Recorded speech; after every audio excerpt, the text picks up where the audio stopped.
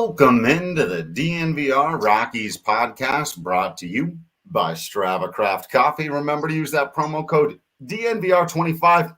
You'll get 25% off your entire purchase of that CBD-infused, deliciously rich, and potentially life-altering Strava Craft Coffee. I'm your host, Drew Creasman. I'm the managing editor of DNVR Rockies. With me, as always, is beat writer Patrick Lyons.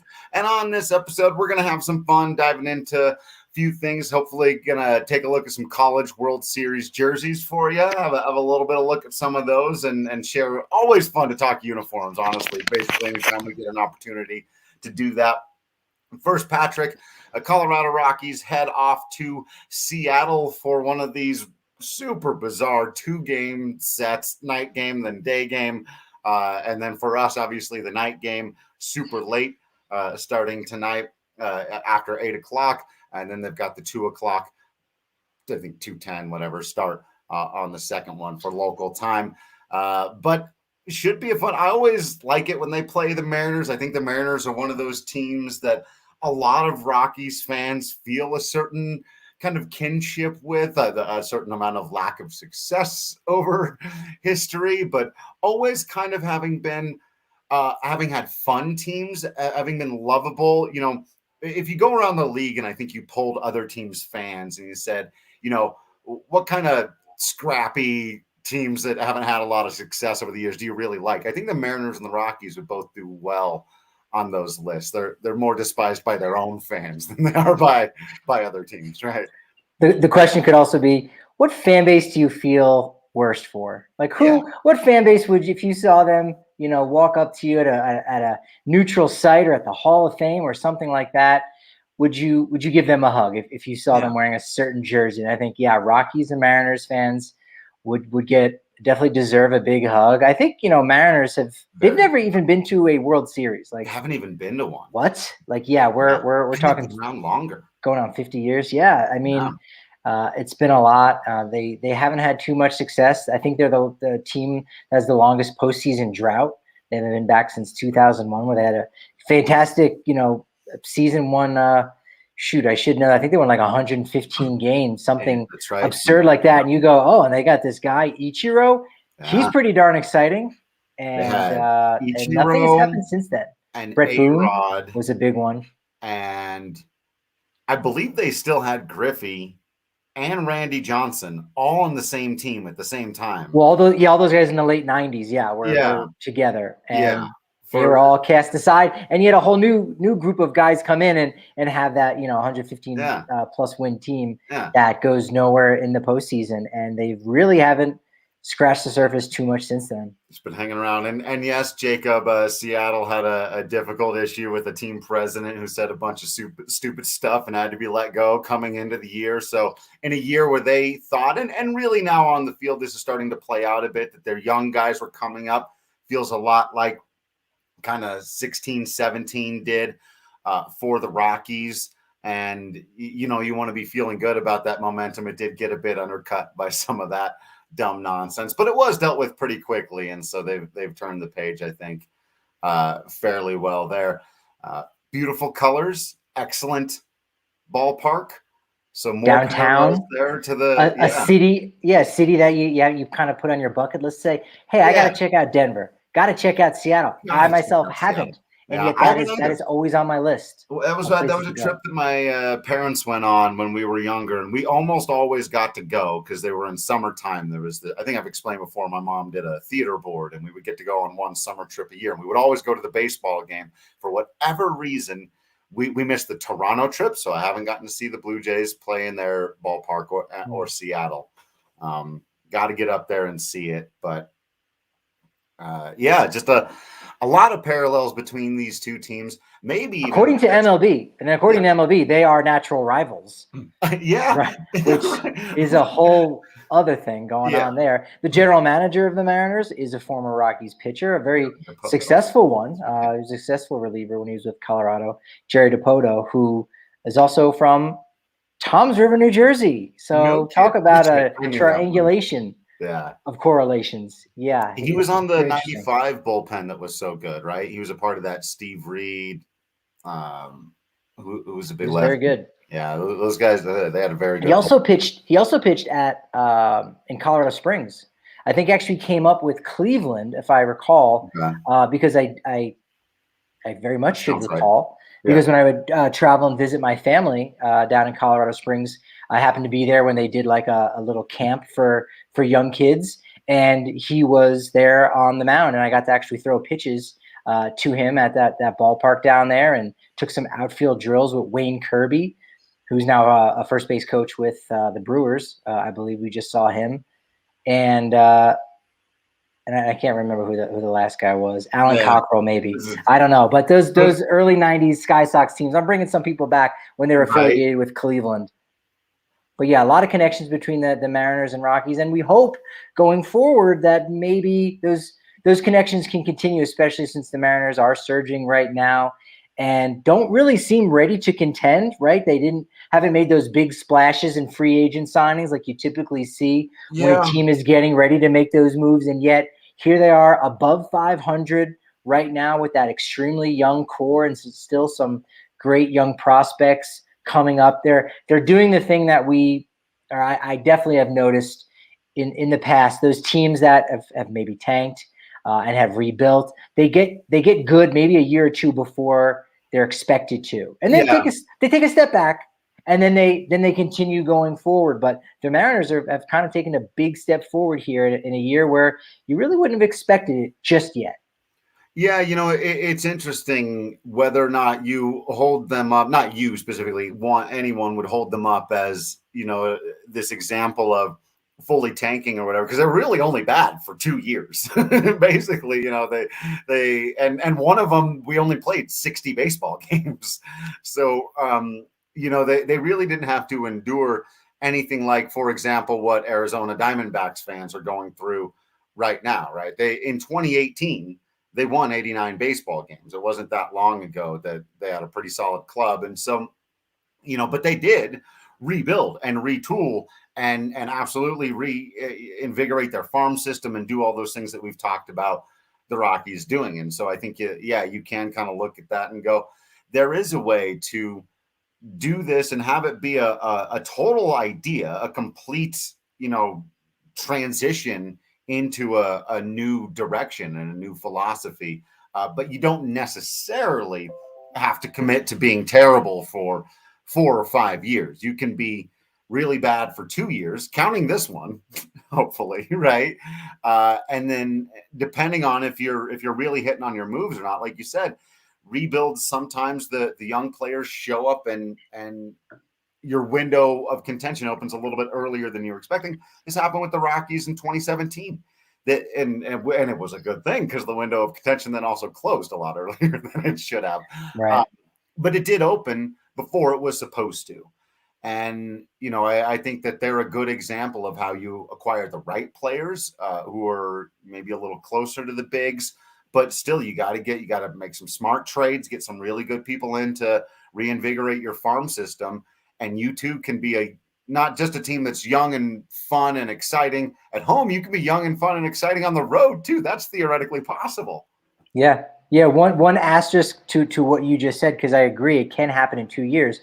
You have to prepare for 4 years. You have to prepare for it to be in the 4 and 5 year window for that to actually work, the rebuild. But it can happen earlier. It doesn't have to take that long. I mean, the Phillies are still essentially waiting for the fruits of their labor, and they've still yet to make the postseason. They're really the one team that really totally cleaned house and went for the rebuild, and it ended up taking longer. I mean, they're still trying to wait for it to happen. They're still a competitive club there at 500 in the NL East. Hasn't happened, but everyone else huge contracts at a bunch of all-stars, and so that really, Yeah, they're the only team that it hasn't worked for, but everyone else with Atlanta, Chicago, Houston, it takes 4 years. And again, I think it still is gonna. We really won't see. I don't think Seattle be almost a perennial contender, and I don't think they win the NL West any sooner than 2023. So again, tack on 2 more years to that. But again, before you become that perennial powerhouse, you're right. You can get good a year too early, much like the Rockies did. And you kind of saw in that 17-18 offseason, $100 million was thrown at the bullpen. And again, we know it didn't work out, but you can see what Jeff Bridich was doing and saying, all right, we got all these young guys coming together. Man, our window really is going to be like 18, 19, 20, maybe, That's what it was supposed to be. Yeah. Exactly. And it was lined up, and had the pieces kind of maybe done what they had expected to, you would have seen that same, right. I don't want to say dynasty, because it's not a dynasty if you're a wild card team. But they'd have been winning at 90 games a year. Consistently, a team that every year the pundits are, at least half of them are going, watch out for the Rockies. I am going to actually pick them to make the NL wild card. I may even pick them to win the West. As it were, it fell apart, but that's what you hope for. You hope to have a 4-year run, and it can take 4 years for a rebuild to work, but it can happen a lot earlier. And I think there's a lot of Rockies fans hoping that it does happen sooner than the 4-year mark for this team. Or even like, because I was just taking a look at this, and we got to I'm trying to find it on DraftKings, because Seattle this year, there's a 3.3% chance to make the postseason and a 0.1% chance to win the World Series, despite being 38 and 36 right now, which obviously isn't a great record, but it's over 500, according to some of these odds. So it's a good long shot, right? Take those long shots. Take the long shots. Yes. On the flip side, so let's say they're just at or above 500 this year, but it's a really solid year of growth. That's the other kind of thing that I'm talking about, is like, you're right. You may not become that dynasty or that contender or whatever it is, that perennially, consistently good team until year 4.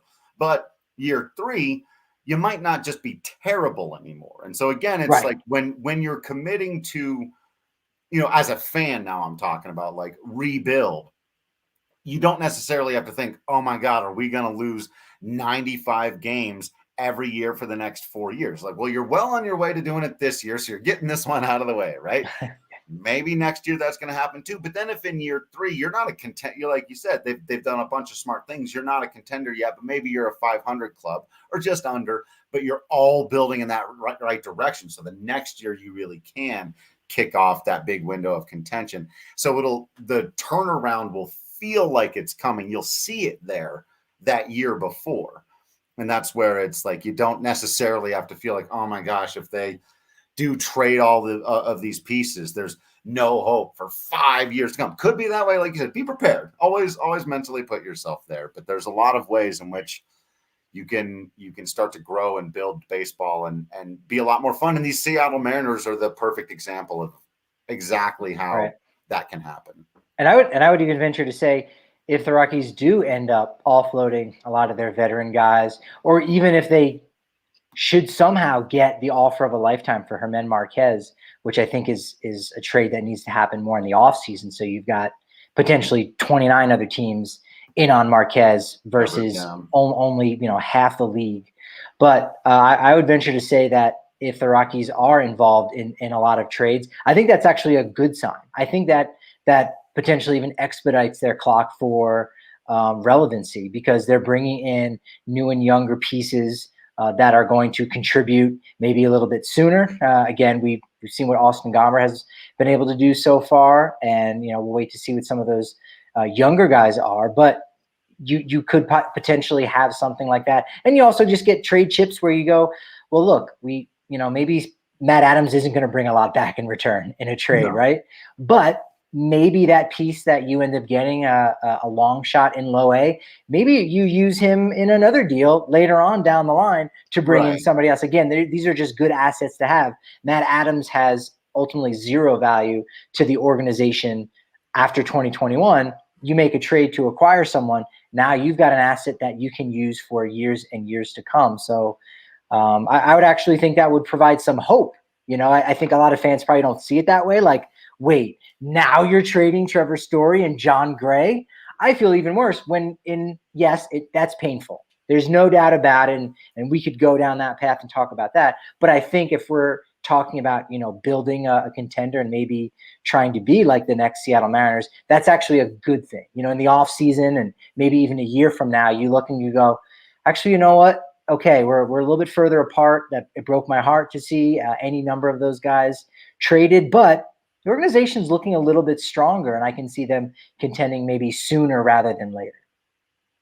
Yeah, I mean, I think it all depends on the actual trades themselves and what you did and what I think there are a lot of people. Jerry DiPoto has had a very interesting career of making all of the trades all of the time and having some of them work out and some of them not, and kind of needing to be sat in a corner at one point and being like, dude, love the attitude, love that you're always trying to make the team better, but chill for a minute. Just for a minute. You built the thing. Now leave it alone for a minute. And I think that, and he started to do that a little bit. He's started to listen to that, because for a while there, a big part of the Mariners being the team with the longest postseason drought was never sticking with one kind of. It's kind of funny. People always talk about how the Rockies don't have a plan at all. And Jerry DiPoto always had 10 different plans and was ready to go to the next one and the next one and the next one before you'd even seen if the last one had an opportunity to work yet. He just made so many moves. But I think he's figured that out a little bit better. And the Rockies need to move in the other direction, right? Where they've been on that other side where they're like, because I think they're right in saying, look, we've got a homegrown, especially our pitching. We've got to grow that at home, just over not all of it, but the vast majority of it's going to have to be grown here. That's just what the data and the history suggests. And, we've got to make sure that we've got those assets in a unique category, because we are the Colorado Rockies, play at Coors Field and do the whole thing. But beyond that, yeah, we don't need to hold on to guys because they're position players who the fans fall in love with, and then they end up costing a whole lot of money, and you can't build a quality, successful team because so much of it, or you've painted yourself into a corner where your only way to keep that guy is to pay him $260 million, but then put this opt-out in there because you can't really afford that kind of contract, especially if he's going to get older and not be the type of player he's been. When you move him, fans aren't going to look at the fact that he wasn't a great asset. No one's going to be like, right. Nolan Arenado was a poor asset. They're going to look at a generational talent that you just moved for guys they've never heard of. And you put yourself in that corner because you've got to pay him positional player, superstar money if you're going to build around those guys. So that's the big part of the readjusting of the philosophy. I still don't think the Rockies should be a wheel and deal team like the A's or the Rays or how the Mariners have been, but they need to be more like that, particularly right now. Yeah, if those are the extremes, like you said. Yeah, making tons of trades, which the A's are probably, they're not even in the top three. I think you got Rays, Mariners, and Padres are in the top three. And in fact, go back and look how many times those three teams have traded with each other.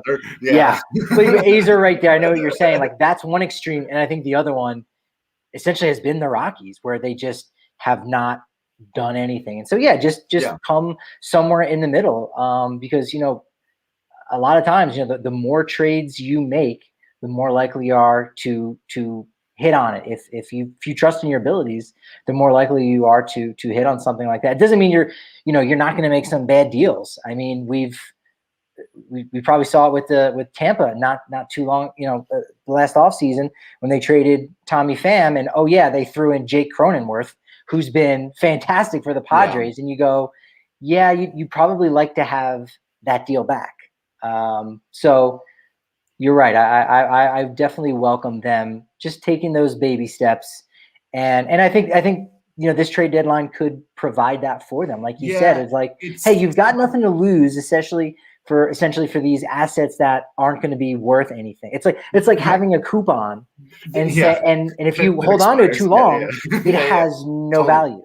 It's going to be so fascinating because they're in a weird spot with an interim GM. We talked about this recently, right? So it's really tough because he's building a team for somebody else to take over. Yeah. At the same time, you're right. They have a bunch of these assets who, putting Story and Gray aside because they're in a different category. And Marquez isn't anywhere near this. Like you said, the Marquez thing is just like if someone wowed you with a thing, that's the quickest way to take your farm system from being ranked 25th to being ranked 15th in one trade, because somebody goes, we're willing to give you all this for Marquez. That's probably the only guy you're going to do that for. And if they do, so be it. If not, leave him alone. But then you do have Croner and Givens and Bard, to a lesser extent to Estevez because he does go through next year, but Chris Owings could be one of those pieces that, that's an again, interesting one too. I think the organization really loves him, and I think he's a guy you could bring back. But again, free agent at the end of the season, and he's a guy you want to have around. Like you want to have him around. You probably even want to have CJ Cron around next year too, to an extent. But at the same time, you can find another CJ Cron type leader, or maybe even a Chris Owings, and maybe even a guy who isn't as good or as versatile as Chris Owings, or isn't up to the level of Owings when Owings is at his best.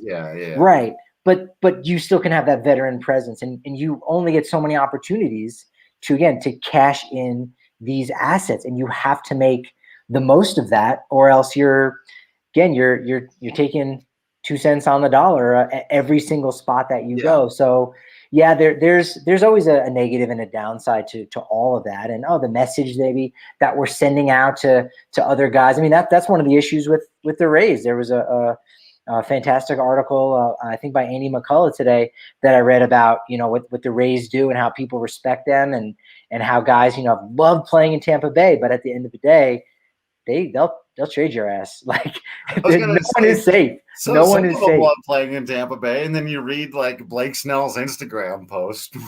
Well, that's after you get traded. You go, well, right? That's what I'm saying. Right up until that after moment. the fact, right? After you get traded, you're like, yeah, Tampa. But even still, you look back and you have fond memories, and it's like, you know what? Only they can get away with it because they are producing results, and that's another element to it. I think too is that the Rockies have yet to find that thing that produces results, other than the homegrown pitching, which this could be a big piece that's been unlocked from the Bridich era. Ultimately, idea that we have to build from within, and they might be able to actually sustain that. But once they find those pieces that work, they can get away with, like, look, everyone knows if you're a 37-year-old designated hitter or what have you. Again, we expect the universal DH to come back around in 2022. Like, look, go there and they're going to sign you. And if they're contending, you're going to be there all year long, and you can ride with them into the postseason. But if they're not contending, they're going to trade your ass. But that's okay, because look at the numbers you put up in Colorado. That's actually going to get you another year when you were on the way out. It's like the Albert Pujols conversation where it'll be so nice when the DH comes and can actually do that. I mean, Pujols has been, adequate with the Dodgers and has created some really good memories, and it's kind of it's fantastic to see him sticking around. But you take a step back, you go, all right, who's going to want him? He's probably done after this year. Well, there could be a scenario where, again, the Rockies can,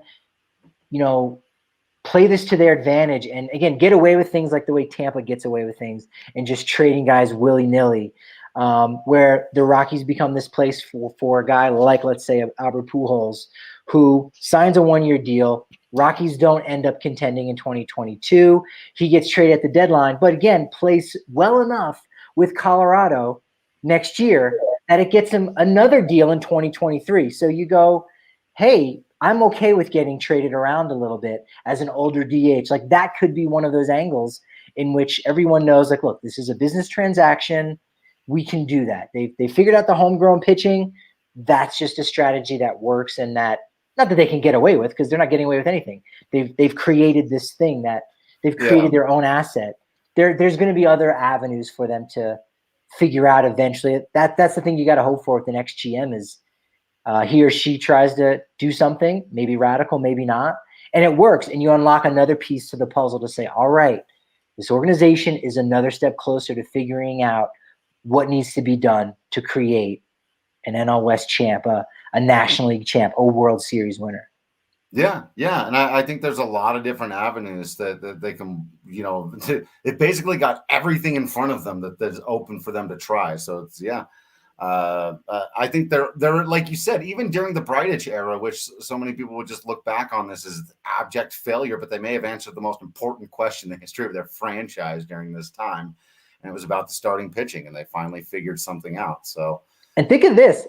I mean, and honestly, wouldn't that be the last thing that you would have guessed would have worked? honestly, 10 years ago, 20 years ago, you go, like all right. homegrown starting pitching. No, I always thought that was what they should have been doing because it's a mental thing. You got to be ready. It's a mental thing. You do not want a 23-year-old starting pitcher getting shelled to death. You're going to go, well, obviously that wouldn't work. That's going to mess. And again, there was a lot that we didn't realize or recognize the fact that, hey, maybe if they get a lot of their minor league ballparks in these, hitter-friendly locations, we can mess with them a little bit every year when they're 20 and 21 and 22. And so I do see what you're saying, but on paper you go, no, right? You don't want a rookie or a young pitcher out there getting shelled. On paper, that doesn't seem to make sense, right? Totally. But why is Austin Gomber good and Jeremy Guthrie was terrible? Right, because Austin Gomber knows he's not getting traded. He just got here. He signed for a while. He's not going to be a free agent. He's got no way out. He's stuck, There is nothing for him to do but figure it. There's one way out, Drew. There's one way out. Through the fire. That's the only way. That's pitching at Coors Field is going through the fire right there. You know what helps him?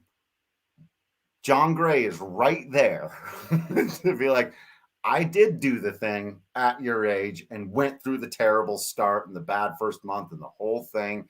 And here's how you come out and here's how you pitch a little bit differently at Coors than you do on the road and all the other things. But yeah, I mean, because those guys who, you sign a veteran to come in and he's on a 1 or 2 year deal and he starts out terrible and he goes, well, they're just going to trade me or cut me and I'm just going to go somewhere else. Hey, I got my money. It's guaranteed. Oh, well. This sucks. I'll rebuild myself as a reliever in a couple of years. Totally.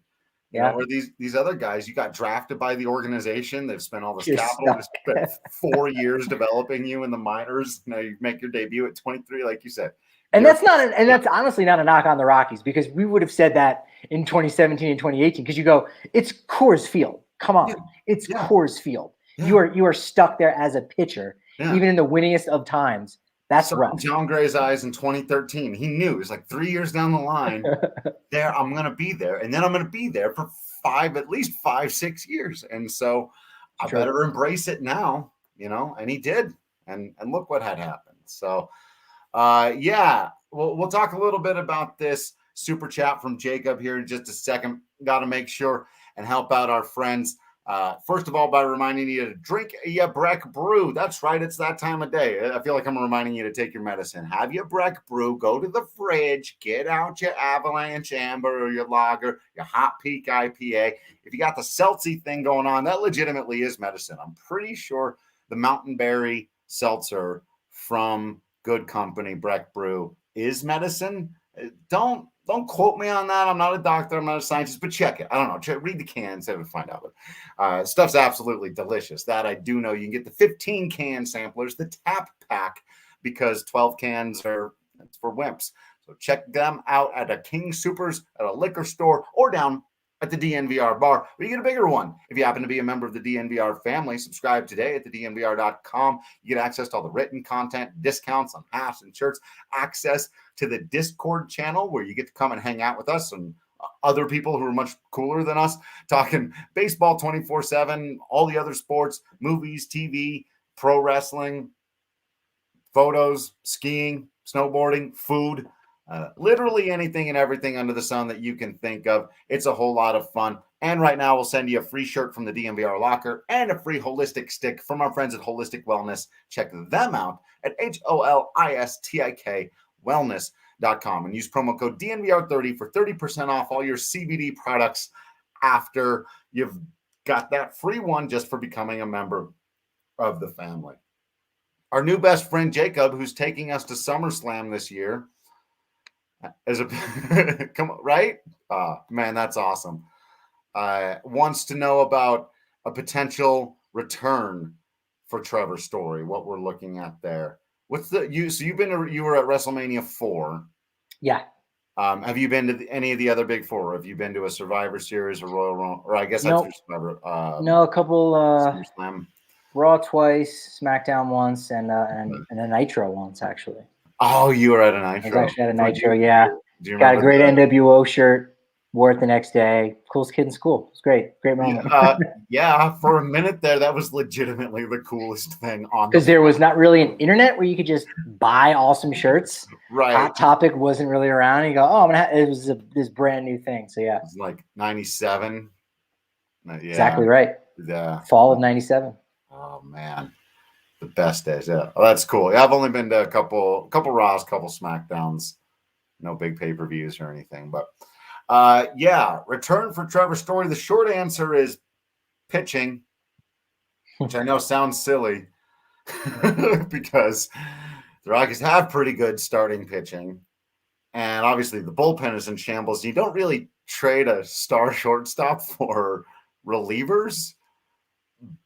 But like if they announced, this would be so bizarre, but if they were like, yeah, the Rockies got 4 22-year-old relievers and 2 of them are left-handed for Trevor Story, I'd be like, fantastic. Awesome. You know, as Patrick's been talking about, he's kind of a dead asset. He's not going to re-sign almost certainly. So he's not going to be of value to you beyond this year. Getting anything for him is good. And if it helps you rebuild the worst part of your team, go ahead. Why not? And you know, I just think they need to stack up with pitching. I think you can sign hitting easier than you can sign pitching, and they have a whole lot of money to spend this offseason and or next if they choose to save it.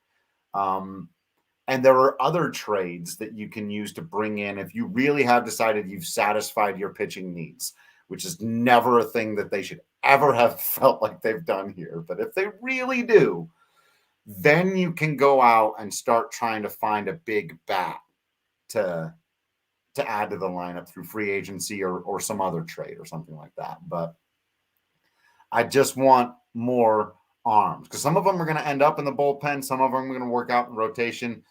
You know, we'll see Kyle Freeland's going tonight. He hadn't been good yet this year.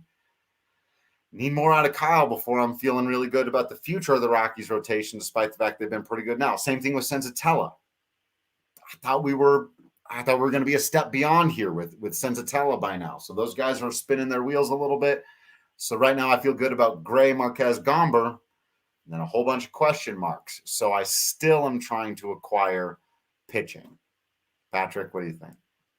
Yeah, no, I mean, again, you can never have too much pitching. Right now, you know, I think they've got an adequate amount of starting pitching, especially when everyone's healthy. So again, you know, if you can pick up a good starter and hopefully, you know, not have to give up your best player in Trevor Story there, you know, that would be great. And you know, maybe it's a hodgepodge of guys, going back to Jacob's question, that you end up getting. I know on Baseball Trade Values, which is a site we used a lot in the off season, you know, Trevor Story still has a lot of value, even with, you know, there being essentially 3 months left of the season. And, you know, you throw in a Michael Gibbons, say, not only do we need a shortstop, we could use a reliever. And, you know, maybe they need starting pitching. So it's Gray and Story, which again, you can't. That's interesting. Yeah. You can't worry about the PR and the fans' take on it. Again, you're damned if you do, damned if you don't, right? Yeah. And so you might as well do the thing that's going to produce better results in the future. And so if you can, you know, if your best deal is putting them together, great. Good chances that they're probably going to be, you know, separate type deals. But you know, Oakland's in need of a shortstop. Someone was like actually considering moving a top prospect for Story because maybe it's a position of strength. Maybe the White Sox. They don't need a shortstop. They've got Tim Anderson, but the A's are in dire need. You know, the Brewers. Okay, there you go. You know, there you go. They did just acquire Willie Adames from the Rays, but they could potentially, you know, be in on a Trevor Story. And then, so they've got great starting pitching. Maybe they're on the fence about actually moving their top pitching prospect for Trevor Story, even knowing they're only going to have it. They're like, man, we really feel like this is our year, and we've got these other guys, so we'll move them, but only if you give us Michael Gibbons, and that's a no-brainer. Then you make it a double. You don't get to spread out your assets, which is kind of nice at the deadline. But yeah, I like that. Yeah, there will be teams, you know, knocking on on the Rockies' door. And, defensively, Trevor Story is one of the better shortstops in the game. So, depending on who you've got there, you might even move somebody over to another spot. Totally. The Yankees are still really looking, for a shortstop. Gleyber Torres has, been frustrating at times, and he's adequate at second base. LeMahieu moves around all over the infield anyway. So that's certainly a spot where he could go and maybe do something. Jose Iglesias can pick it for the Angels if they're legit, which they're not. They're already starting to fade a little bit. So Cincinnati, I'm sure, would love to have him. Eugenio Suarez, I think he's been doing fine defensively, but I don't think his range. He's a third baseman. Yeah, he's a third baseman. Yeah, I like him, and he's been in a 2-year slump. Yeah. I thought he might have really rebounded a little bit this year, but I think moving over to shortstop could be a bit too much. So there'll be those suitors out there, and again, as long as the Rockies, feel good about the package that they get, I think that's great. And I think even if they get less than they would want, I think that's important, because we talked about it this offseason, this idea that, you got nothing for David Dahl, and that seems mind-blowing. But you take a step back, and there are a couple things where, again, the injury issues, you go, well, teams are worried about that. And two, the other piece was ultimately accepting a trade that the other team may be not taking advantage of, but rather they put their foot down, and you go, all right, I guess we'll have to do your deal. No, I'm not going to do your deal. I'm not going to be pushed around. So they end up getting nothing when they could have gotten something, but in the long run, gotten less, right? Like you take less than you should for David Dahl in a trade, word gets out, hey, the Rockies can be bullied. And so, Story and Gray are going to be free agents. Man, imagine how bad you could bully them. And, well, as it turns out, actually, that is exactly what happened with the Nolan Arenado deal. So you go, okay, maybe that's why they didn't get anything to do with a guy who had a no trade clause and wanted to go to one very specific team and only that specific team. That is an element. Yeah, I was gonna say you can't. But I think there's also an element that you could suggest that, again, you didn't get anything for Dahl because you don't want to look like you're getting bullied around. And you go, that's okay, because sometimes it's better to not be bullied, right? And in the long run, you have to maybe turn down some deals like that.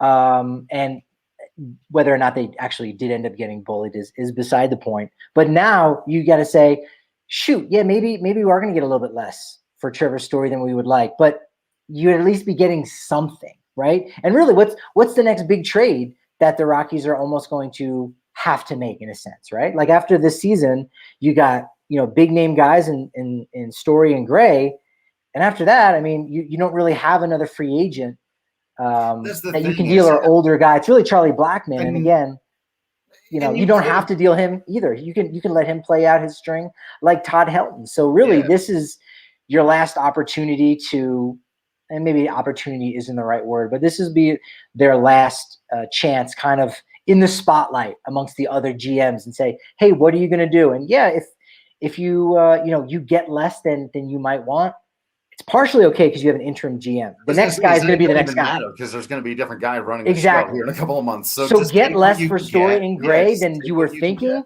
because if you let them get the free agency, you're getting even less. Gray is a completely different category, though, because the reason you have to do this is Trevor. He's not going to be around. He's potential zero value for you in 2022 and beyond. John Gray, because we feel he's definitely not going to sign, which I think we all would agree with. Right. Gray will sign here. Now, will the Rockies give him what he'll take? He will also sign somewhere else if they offer him better money or do whatever. So, like, theoretically, you could lose him. But again, with the money that they have to spend, with his open public willingness to stay, with the fact that they've said they want to keep him, like, I just feel like that one's a much different category, because you can still get value out of him in the future, where you're not going to get value for Trevor Story beyond this season. So move him for what you can, but you don't have to accept less on, pennies or dimes on the dollar for John Gray, because that very easily could turn into a very valuable piece for you in the future.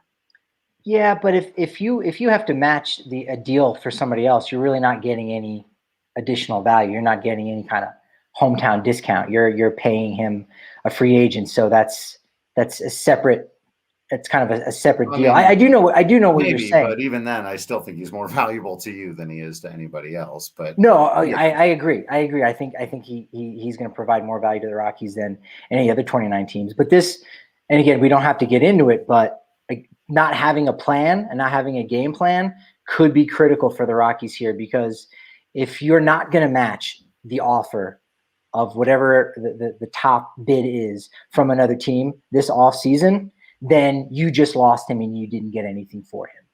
And if you go out right now and you say, look, we're going to try to come up with a deal with him, long before it ever gets to that. And then that's great. And then again, that's a plan, right? The plan is either, we have to match whatever deal is out there because we need to bring him back. Yeah, I don't think that's a thing. I don't think that could be a thing. It could be, but I highly doubt it. But if you don't have a game plan, there is a chance that, again, he gets the free agency, he goes on, and you go, we don't really want to pay him that, and that is. I mean, again, I think that's a problem because I guess, but none of that is true. The Rockies have made it clear. Well, we don't know that that's true yet. We won't know unless it happens, until it happens, right? Okay. Until it happens. So if John Gray signs with Cleveland this offseason and the Rockies don't match his contract, then we would say that they made a mistake because they should have dealt him at the trade deadline. Sure. Because they should have had a game. And that's the point, yeah. Right. Right. Yes. Yes, that would theoretically all then have been true. And you can have your cake and eat it too, as we said. You can trade him and then still go out and be the top offer for him. Sure, yeah, he's I think going to feel a little bit hurt, but he goes out and wins a ring or goes deep into the postseason. He's like, actually, thank you guys. So not only did I have a really good fall and a good October, but now you're knocking on my door and you're really going to be paying me well. That's kind of a win-win, but I think there's a very slim chance of it happening. You're right. Yeah. I mean, again, I think the plan here has been obvious and has been talked about publicly from both sides, where John has said he wants to say the team has said we want to keep him. They're going to come together and I don't think they're going to come together before the offseason. It's very rare you see players and teams, sign like an extension like this right before the guy is, when the guy's on the precipice of a free agency. Again, it's why you have to have the game plan of, all right, are we going to match an offer on Gray, or like what's our top dollar amount that we can go on him? And again, they've got a lot of money, so they should be able to do that. I mean, yeah, they're just going to offer him the contract they want like day one. Just call us back. Yeah. They're not waiting for someone else to make an offer and then matching anything. You'd like to hope that that'll be the case, right? Yeah. Can I say they have had this conversation? Who has had what conversation? I don't want to say more than I should. You don't want to say more than who or what? I don't want to say more. They have had this conversation. We have no idea what that means. The Colorado Rockies and John Gray have had conversations about a contract. It wouldn't be an extension at that dollars and years and stuff like that. I mean, this is players and teams have conversations about this. Yeah. Is that what you mean? That's exactly what I mean. It's just that this is a thing that happens all the time, and there's absolutely nothing unique or specific or special about this whatsoever. That's why I brought it up. So, all right. Well, I did want to get into some of the lines for the game tonight, which are brought to you by my friends at DraftKings Sportsbook. Not only my favorite sportsbook app, but also America's top-rated sportsbook. Love using DraftKings Sportsbook. Easy to navigate. Plenty of instructions for new bettors. Limitless ways to get in on all of the actions. The family and the friends all around you should be getting in on DraftKings Sportsbook. Let them know about it. They've got fantastic offers all the time, which basically amount to just giving you free money to bet on whatever you feel like betting on.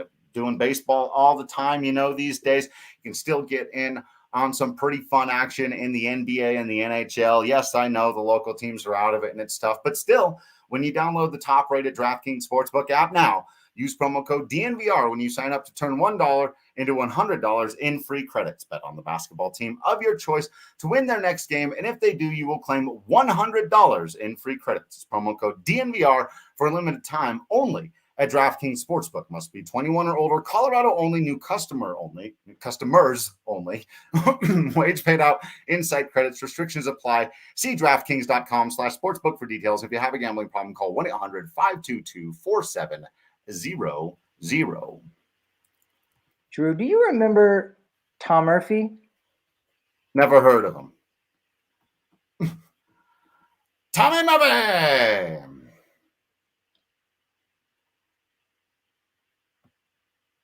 Oh, where'd you go?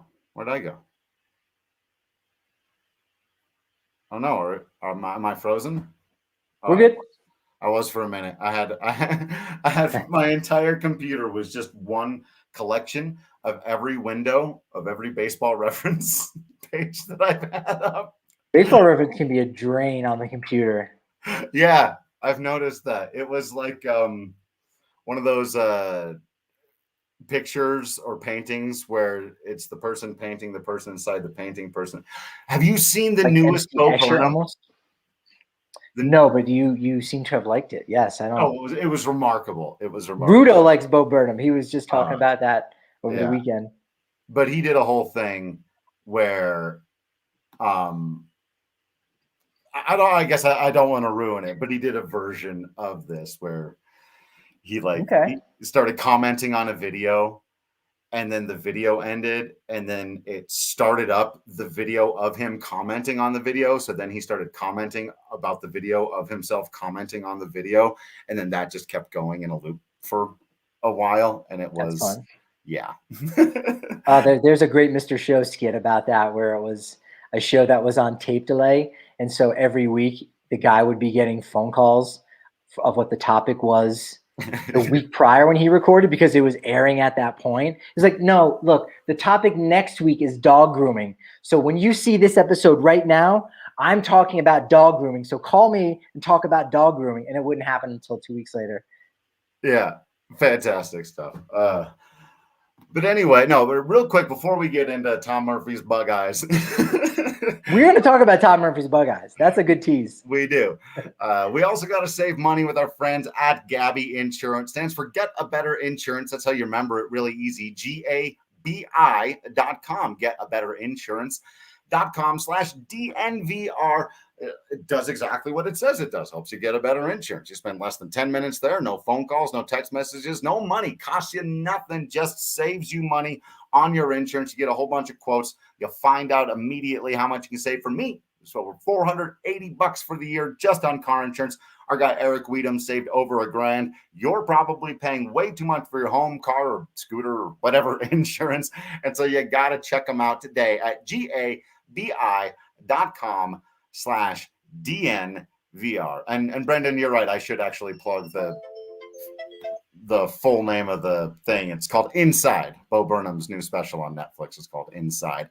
And it's probably one of the most brilliant pieces of art I've ever seen in my life of any kind. That's high praise from an artist. Yeah. Never seen anything like it. There's something else. It made your eyes bug out. It did. Like Tom Murphy. Here's something that'll make you bug out too. The line for home runs on today's game. Tom Murphy is plus 400. Trevor Story is plus 450. Meaning it's more likely for that old catcher they used to have to hit a home run than their star shortstop. Yeah. That's baseball. All right. Yeah, I know, right? All right. I'll take it. All right, fine. I'm betting on them both. How about that? Can't beat me there, DraftKings. That's right. Oddly enough, the Rockies are plus 140 on the money line in this one. So which is just a run and a half. So you go, it's with Freeland on the hill, and he just hasn't been good yet. It was a weird game for them to try to deal with, I'm sure. Chris Flexen, which is a great name. Pitching great this year so far. When you're pitching well, what's he doing? He's out there flexing. Yeah, pitching pretty well so far this season. Rockies offense has been hot, but obviously not on the road. So was trying to find, I'm taking over under. There it is, 8.5 runs under. That's a lot. Yeah, maybe a little bit more than I would have expected. The Mariners are playing pretty well right now. They got a 4-game win streak. They just walked off the Rays on Sunday with a grand slam from Shed Long Jr. They swept the Tampa Bay Rays. Swept them. Yeah. Wow. So yeah, they're 1 game over 500, playing pretty well with a cast of guys you might not have really heard of. Ty France is one of their best guys, who was pretty much a castaway or a cast off by the Padres in that deal this off season to acquire a couple guys out of the bullpen. So, man, 8.5 is a good line. I'll say what I mean. If it is under 8.5, and I think it will be, I think you're right, Drew. You probably have to like the odds of both Flexen and Freeland striking out more than 3.5. That's their line for both of them. Yeah. Interesting. Yeah. Yeah. Freeland maybe less so because he hasn't, quite gotten the groove. Yeah. But maybe Flexen, who does average about 6 per 9, which is not a lot. Yeah, I'd take that. But yes, it's more about the Rockies offense on the road. Throw in Raimel Tapia to get a hit. I was going to say DraftKings likes him to get a hit because he's minus 250 to get a hit. So you're like, look, you got to give us a lot of money to get back a little bit. And you understand that. You understand that. So they think for sure Tap's going to get himself at least 1 hit. I wish you could do 2 hits. I was going to say that would be great. That are we calling it tonight? Does it get it to 18? And then the other question is, if he does get it to 18, is it a multi-hit game? Because as we know, those have actually been more common for him during this streak, the multi-hit games. I don't think he gets 2. I think he'll get 1. Again, if it is low scoring, he's only going to have those 4 opportunities. Right. And if, one of them, I don't want to say he loses one of those opportunities and gets walked, partially because he doesn't really walk too much to begin with. He walked to lead off the game the other day, and I went, yeah. Oh, no, the streak. My first thought was, oh, no, but then he got 2 hits in an inning later on, so he was fine. Smart, yeah. And again, he's – do other – is that part of a scouting report saying, hey, this guy's got a hit streak going – he might be a little bit anxious up there. Let's kind of, skirt around the strike zone. Oh, what do you know? He didn't actually swing at any of those pitches that were, right on the outer edges. So, that could be the case again tonight. It would be great to see him get that walk early on. That would really show some patience. Again, if they're throwing him strikes, they're throwing him strikes. There's nothing you can do about that. But I think he will extend that streak. I think maybe even Jonathan Daz extends his own streak. He's got a 9-game thing going on. I'd like to see him crack into the double digits as one of the leaders in the National League of rookies and wins above replacement. Think about that one. See him keep the batting average, which is a stat I think we're still allowed to care about a little bit, but still keep that up in the leaders. But you pointed out the WAR even because he's doing it defensively, and it's weird. I got to look inside his defensive numbers a little deeper, honestly, because the eye test to me suggests he's been phenomenal. But as we know, DRS is really hard to pick up for Rockies outfielders. That outfield is enormous. More stuff's going to fall in front of you or get behind you than at any other park, just because you've got more ground to cover. And UZR and DRS have a real hard time with that. So, just seeing him stay in leaders category in anything is fun. Yeah, he's been exciting. I'm looking forward to seeing some of these guys in the Mariners lineup because JP Crawford's a young guy that has been playing. I like him. I like this whole team. They're fun, dude. Pretty well. I was trying to find lineups. I was seeing a Kelenic. Has he been in there lately? I think he just recently got sent down again. Got sent back down because he came up, he got hot for a minute, then he got real cold. Remember, it happens. That's young players. It's not only the Rockies young guys like Brendan Rodgers who go through this. We're going to have our eyes on, Wander Franco, that whole thing. So, making his debut today. It's exciting. We won't see Yusei Kikuchi here, at least not in Seattle. The Mariners do end up coming to Colorado right after the All-Star break on July 20th through 21st. That's another weird Tuesday night, Wednesday day game. They're off on Monday. They're off on Thursday. And again, this is right after the All-Star break. So a strange one there to say the least. But Mitch Haniger is a guy that, likely could get traded. We'll see what happens if he, comes back into the division. Former he's Diamondbacks outfielder. He's interesting. CJ Cron's that I've always wanted on the Rockies. He's one of those guys I've always thought would have made a nice fit for them. We won't see Fort Collins product, Rocky Mountain High School's Marco Gonzalez. They're essentially the Mariners' ace. He hasn't necessarily been their best pitcher this year, but he's a big one. Logan Gilbert, another rookie that recently got called up. So they got a short bench. I'll say that. Their bench is really short right now. I'm not even sure they have more than 2 guys. Yeah. This one site that I like to use right now shows 2 guys on their bench. Cool. Yes. All right. And I don't think that takes advantage of that. Legally possible. I need to. Is that even allowed? You gotta field an entire team. I'm pretty sure. Well, we're gonna have to wrap it up there. We're gonna have to save the fun jersey thing for coming up soon for you. But we weren't expecting to do 20 minutes on trade talk in the middle. That just goes to show you send us $2 a super chat, and we will dive deep into your damn question. We'll shake it up. It will shake it up. We will throw out the rundown for your $2 super chat question. Don't ever forget the power that is in your hands by throwing just a very little bit of money at us on YouTube. For $5, we will make a T-shirt that you want. It can be anything. We'll sell it in our store. Right. We will still charge you for it, unless you're a new member, in which case you get one for free when you sign up for the DNVR.com. Right. So you see how it all ties in. By the way, Jonathan Daza, 3rd on the team and outs above average. All right. There you go. That's behind Hampson and Ryan McMahon. Yeah.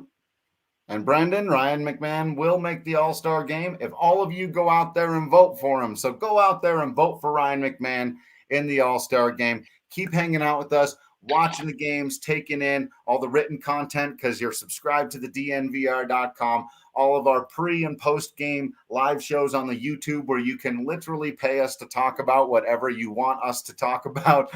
You can hang out with us for all of these fun shows. Of course, remember, you can always catch us on social media at Patrick D. Lyons, at Drew Creasman, at DNVR_Rockies. Just keep being absolutely awesome, baseball fans out there. We promise to continue being absolutely Patrick Lyons and Drew Creasman in here. And until next time, we will see you at the ballpark.